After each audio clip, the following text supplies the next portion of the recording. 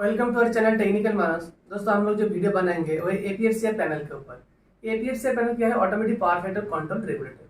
ये पैनल के हम लोग क्या करते हैं कि इंडस्ट्री में जो हमारा पावर सिस्टम है वो पावर सिस्टम का पावर फैक्टर इंप्रूव करते हैं एपीएफसीआर पैनल के द्वारा। चलिए शुरू करते हैं। इस टॉपिक में हम सीखेंगे एपीएफसीआर पैनल हर पार्ट्स के बारे में और इससे क्या काम है और कैसे काम करता है। चलिए शुरू करते हैं।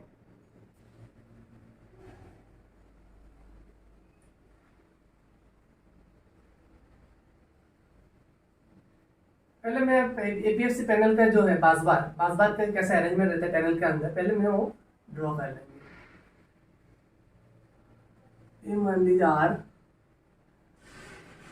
ये वाई, ये बी। तो ये पैनल का बासबार है आर वाई बी। तो ये जो पैनल है, पैनल कनेक्टेड किसके साथ रहेगा? पावर कनेक्टेड, पावर कंट्रोल दोनों कनेक्टेड रहेगा आपका पीसीसी पैनल के साथ, पावर कंट्रोल सेंटर, जिसको जो पीसीसी पैनल का पावर फैक्टर हम लोग इम्प्रूव करेंगे। तो ये पूरा एपीएफसी पैनल कनेक्टेड रहेगा हमारा पीसीसी पैनल के साथ। इसीलिए हम लोग क्या करेंगे, हर पैनल की तरह यहाँ पे भी एक ब्रेकर रहेगा।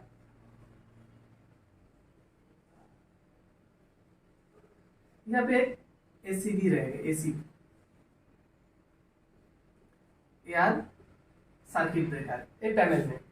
तो ये पैनल में जो इनकमिंग पावर रहेगा वो कहाँ से आएगा? ये आपका पीसीसी से आएगा, पावर कंट्रोल सेंटर, जिससे हम लोग पावर फैक्टर जो पीसीसी पैनल पे हम लोग पावर फैक्टर इंप्रूव करेंगे। ये आएगा, मान लीजिए दूर में हमारा एक पीसीसी पैनल है तो उसके इनकमर है ट्रांसफार्मर का, वो पैनल के जो एक आउटगोइंग फीडर, एपीएफसी का एक आउटगोइंग फीडर रहता है हर पीसीसी में, जिसमें आपका पैनल जरूरत है एक दो, तो वहां से पावर हम लोग दे देंगे वो ब्रेकर से यहाँ पे। तो ये एपीएफसी पैनल के अंदर कैपेसिटर का अरेंजमेंट कैसे रहता है? आप तो जानते हैं कैपेसिटर केवीआर में बोलते हैं। केवीआर इतना 25 केवीआर का, 75 केवीआर का। ये केवीआर में कैपेसिटर को डिनोट करता है। ये केवीआर में जो है कि हम लोग कैपेसिटर पैनल क्यों यूज करते हैं कि पावर फैक्टर इंप्रूव करेगा। तो इंप्रूव कैसे करेगा? मान लीजिए हमारा लाइन में इंडक्टिव लोड अगर ज्यादा हो जाएगा तो क्या होगा? तो रिएक्टिव पावर ड्रॉ करना स्टार्ट करेगा ट्रांसफार्मर से। तो रिएक्टिव पावर को कम करने के लिए हम लोग क्या करेंगे? कैपेसिटर को यूज करेंगे। वो कैपेसिटर का काम क्या है? वो लाइन से रिएक्टिव पावर को ड्रॉ कर लेगा और मेन जो एक्टिव पावर है उसको वो लाइन में बचा रहेगा। तो वैसे कि रिएक्टिव पावर जो अनवांटेड पावर है उसको वो कैप्चर करेगा। चलिए इसका अरेंजमेंट पहले देखते हैं। इसका अरेंजमेंट ऐसा कुछ इस तरह रहता है। ये भी ये मान लीजिए कैपेसिटर का जो कनेक्शन है इसमें ओवरलोड रहेगा, OLR। इसके बाद कॉन्टेक्टर रहेगा, इसके थ्रू ये स्विचिंग होगा, कैपेसिटर ऑन ऑफ होगा। इसके बाद क्या रहेगा?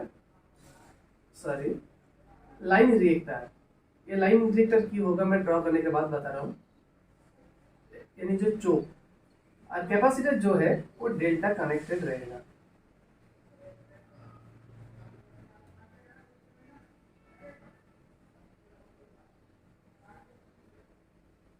ठीक है, ये आपका कॉन्टेक्टर है K1, ये OLR। कैपेसिटर खराब होगा तो ज्यादा करंट लेगा तो OLR में ट्रिप कराएगा। और ये जो कॉन्टेक्टर देख रहे हैं ये कैपेसिटर के स्पेशली मेड है, ये हेवी ड्यूटी कॉन्टेक्टर लगा रहता है। इसके मान लीजिए ये हर कैपेसिटर 25 केवीआर का, तो टोटल 75 केवीआर का ये बैंक है। कैपेसिटर में ऐसा बहुत सारा बैंक रहता है। मान लीजिए 10 स्टेप का होगा तो ऐसा 10 स्टेप रहेगा बसबार के साथ कनेक्टेड। मैं दो ड्रॉ करके आपको दिखा रहा हूँ। इसके बाद और एक है ओवरलोड।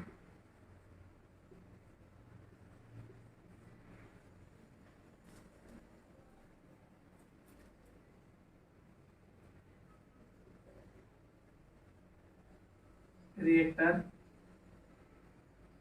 और कैपेसिटर।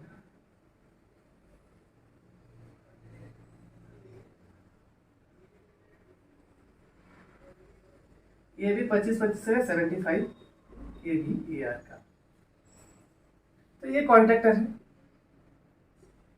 ठीक, ये जो पैनल में ऐसा करके आपका 10 स्टेप होगा तो 10 रहेगा। ठीक है, यानी 750 केवीआर का हो जाएगा। तो कितना केवीआर का लगेगा कैपेसिटर पैनल हम लोग ऑर्डर करेंगे, वो आपको लोग एक फार्मूला है, फार्मूला के थ्रू कैपेसिटर बैंक का साइज कैलकुलेशन कर सकते हैं। इसके लिए हम लोग क्या करेंगे, अलग वीडियो बनाएंगे कैपेसिटर बैंक का कैलकुलेशन कैसे करना है। फर्स्ट पार्ट में सीखेंगे कैसे काम करेगा। तो इसी तरह है। तो ये जो कॉन्टेक्टर K1 K2 ये भी OLR है और ये भी रिएक्टर। ये OLR इस ओवरलोड का मिलेगा। K1 स्विचिंग के लिए कैपेसिटर लाइन में आएगा कि नहीं लेंगे, इसीलिए ऑन ऑफ करने के लिए हम लोग K1 कॉन्टेक्टर लगे हैं। और रिएक्टर क्या है, ये चोक है। ये क्या काम पे लगेगा, मान लीजिए कैपेसिटर जब चार्जिंग और डिस्चार्जिंग होता है तो करंट ये ज्यादा ड्रॉ करता है। इस टाइम भी क्या है, अगर कंटिन्यूसली ऑन ऑफ होगा तो कैपेसिटर करंट कम ज्यादा लेगा। तो ये इनरस करंट को लिमिटिंग करने के लिए हम लोग रिएक्टर को यूज करते हैं। ये रिएक्टर यूज होता है इसीलिए कि हम लोग कैपेसिटर को प्रोटेक्ट करेंगे, ये करंट को सप्रेस करेगा, ठीक है, इसीलिए हम लोग रिएक्टर यूज करते हैं। इसके बाद जो है ये कैपेसिटर को कैसे हम लोग ऑन करेंगे, ये इसको दो टाइप में काम करेगा, एक ऑटो में और एक मैनुअल में। ऑटो मैनुअल दोनों। अगर मैनुअल में सेट करेंगे तो कैपेसिटर बैंक के स्टार्ट स्टॉप स्विच रहेगा, तो स्विच दबाएंगे तो K1 कॉन्टेक्टर ऑन होगा। उसके बाद और स्विच दबाएंगे तो सबका बैंक के लिए अलग अलग स्विच रहेगा ऑन ऑफ का। तो ये धीरे धीरे ये लाइन में आ जाएगा, तो कैपेसिटर बढ़ेगा, तो ये केवीआर करंट को पावर को ड्रॉ करना स्टार्ट करेगा। तो इसीलिए क्या ये एक मैनुअल में होगा, स्टार्ट स्टॉप जैसे ड्यूअल स्टार्टर होता है, ड्यूअल स्टार्टर के थ्रू ये बनेगा, ये ऑन ऑफ होगा। और एक है मैनुअल के लिए क्या होगा, एपीएफसी पैनल के अंदर ऊपर में एक कंट्रोलर रहेगा, एक कंट्रोलर के थ्रू ये डायरेक्ट कॉन्टेक्टर ऑन ऑफ होगा। जब हम ऑटो में सेट करेंगे क्या होगा, इसमें रिले रहेगा। ये 10 स्टेप का कैपेसिटर बैंक है तो 10 तो रिले रहेगा, रिले आउटपुट ये कंट्रोलर में। तो हर एक कॉन्टेक्टर के लिए एक एक कनेक्शन हम लोग कर देंगे कंट्रोलर में। इसका भी कंट्रोलर अलग वीडियो बनाएंगे, आप लोग कमेंट कीजिएगा। ये अभी क्या है, जैसे हम ऑटो में डाल देंगे तो हम लोगों को इसको कैसे पता चलेगा, हम लोगों को कितना केवीआर पावर फैक्टर ऑन करना है। मान लीजिए मैनुअल में डालेंगे तो हम लोग पता चलेगा, ये कंट्रोलर में मान लीजिए अभी पावर फैक्टर 0.7 है, मैं फर्स्ट 2 ऑन करेंगे करते देखा कि 0.75 हुआ। तो हमको 0.99 में जाने के लिए हम लोगों को क्या करना है, और कैपेसिटर बैंक ऑन करना है। तो धीरे धीरे मैं एक एक करके ऑन करते जाऊंगा। मान लीजिए 10 स्टेप का है, मैं देखा 8 स्टेप ऑन किया तो हमारा पावर फैक्टर 0.99 आ गया मैनुअल। अगर मान लीजिए सबको ये देखना टाइम नहीं है तो ऑटो में डालेंगे, तो ऑटो में डालने के लिए क्या करेगा, एक कंट्रोलर खुद सेट करेगा हम लोग कितना स्टेप को ऑन करना है, 0.7 से 1 तक, यानी और 0.99 तक जाने के लिए। इसमें क्या है, कंट्रोलर में target target power factor set कर देंगे 0.99। तो जितना भी पावर फैक्टर रहेगा प्रेजेंट, उसको 0.99 तक जाने के लिए जितना कैपेसिटर बैंक ऑन कराना है ये कंट्रोलर ऑन करा देगा। यही है ऑटोमेटिक काम करेगा। चलिए जैसे ऑटोमेटिक करने के लिए कंट्रोलर के साथ क्या तीसरा कनेक्शन देना पड़ेगा, तो पहले वो देख लेते हैं। ये है हमारा एपीएफसी पैनल में जो कंट्रोलर है, एपीएफसी कंट्रोलर, ये कंट्रोलर को क्या ऑन करने के लिए हम लोग क्या एक 220 वोल्ट सप्लाई देंगे, एसी देंगे ऑन करने के लिए। और एपीएफसी पैनल को अभी कितना वोल्टेज है, 415 का है, कितना लाइन में कितना वोल्टेज है, इसको रेफरेंस देने के लिए हम लोग क्या करेंगे, इसको RYB दे देंगे। ये पीसीसी मान लीजिए दूर में हमारा एक पीसीसी पैनल है, ये इनकमर है, सॉरी ये एक ब्रेकर है, एसी इनकमर 1, और ये सब आउटगोइंग है।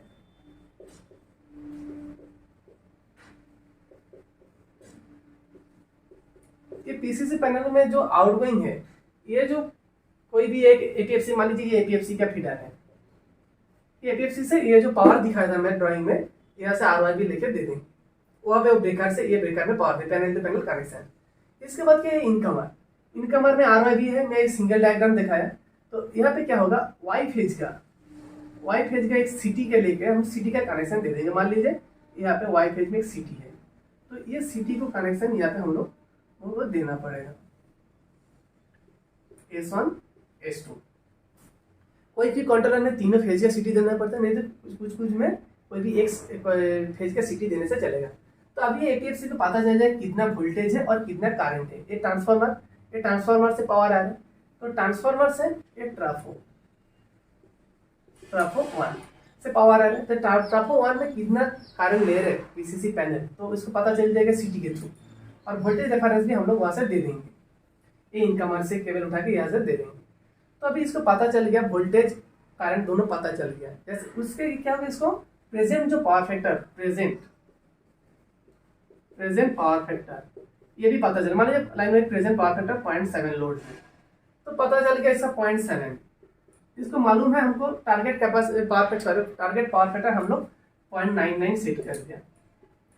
तो 0.99 जैसा सेट कर दिया, तो ये जाने के लिए एक कैपेसिटर को ऑन करते जाए। कैसे ऑन करेगा, यहाँ पे मान लीजिए 10 स्टेप का हमारा कैपेसिटर बैंक है, यहाँ पे 10 रिले रहेगा, R1 R2 करके R10।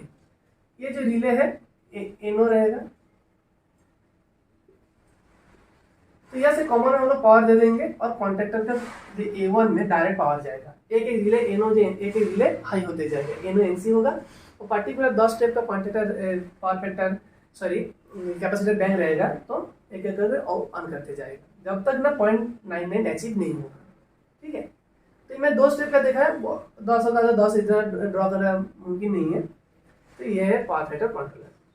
ये पावर फैक्टर कंट्रोलर कैसे कैलकुलेट करते हैं, इसका भी एक फार्मूला है, वो हम फार्मूला का दूसरा वीडियो बनाएंगे। चलिए इतना ही। वीडियो अगर अच्छा लगे तो लाइक शेयर कमेंट जरूर।